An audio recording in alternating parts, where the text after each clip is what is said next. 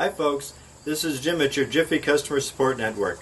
In this segment we're going to cover the proper procedure for changing the carburetor on the Jiffy Model 4G, powered by the Jiffy overhead valve 4-stroke engine.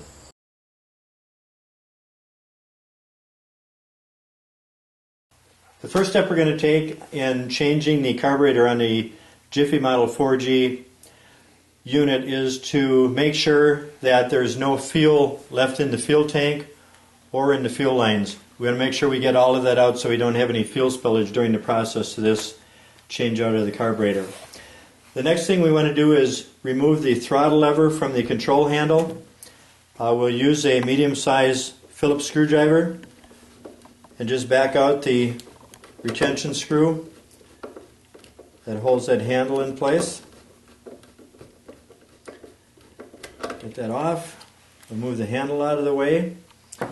The next step we want to take is remove the air filter assembly. First remove the air cleaner cover, the foam air filter, and then with the use of a 3/16 nut driver we'll remove the air cleaner backplate by removing the retention nuts.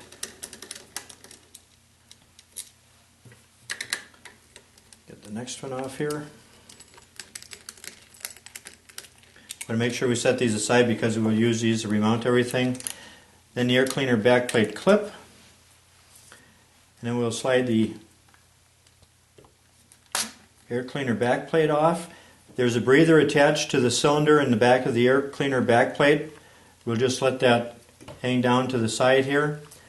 Then we'll be removing the gasket that goes between the air cleaner adapter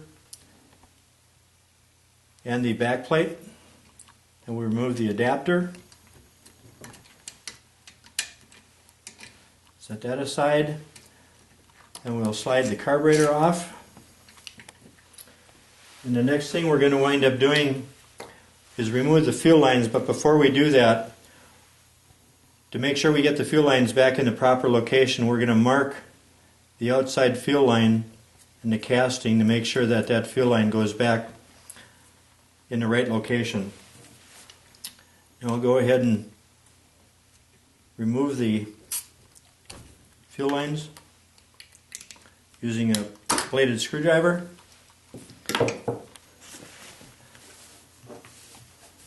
The next step we're going to take is to remove the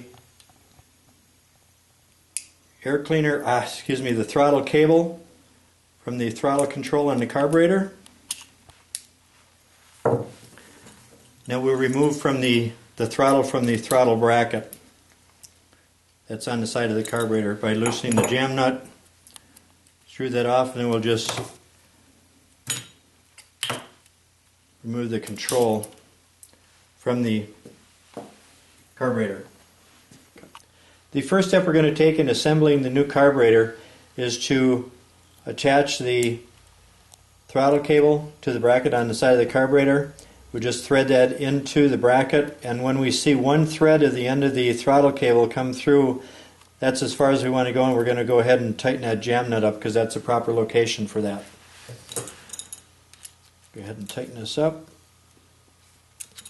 Then we want to go ahead and reassemble the throttle wire to the throttle lever on the carburetor. One thing I'm going to note is that on one end of the pivot post, or the slot that the cable goes into, that's a wider opening, and that's where this ball on the end of the cable fits into. So we just want to make sure that we get that all back in that proper location. Get that back in location. Next thing we'll do is go ahead and remount the carburetor on mounting studs. And then we're going to go ahead and remount the fuel lines to the carburetor. One thing we're going to note here is if there's any damage to the end of the fuel lines, when you reassemble this, we'll want to trim those off a little bit to a minimum length, and to make sure that we get a good seal on those fuel lines back on the fittings. The other thing we're going to note is the fact that the one fuel line that we marked goes back on the fitting furthest away from the engine. Get those back in location. And the next thing we'll do is remount the spacer between the carburetor and the air cleaner backplate, then the gasket that goes between the backplate adapter and the backplate. And we'll go ahead and remount the backplate.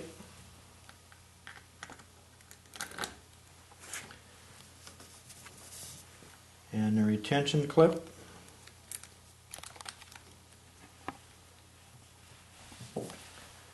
And then the retention nuts.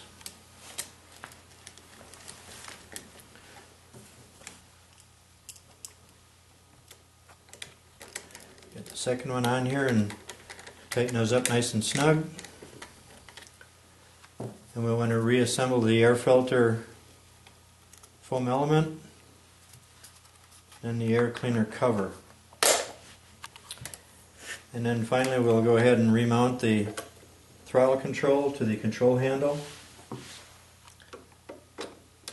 by tightening up the retention screw that holds that to the control handle. Get that up so it's nice and snug. And just re-verify that the throttle on the carburetor and the control work properly. This basically concludes the proper procedure for changing out the carburetor on the Jiffy Model 4G overhead valve 4-stroke engine. If anyone has any questions or concerns regarding this procedure, please feel free to contact us anytime at the 2 locations noted on your screen. I'd like to take this time to thank you for your continued support of Jiffy products and also the purchase of your Jiffy ice drill. Thanks and have a great day.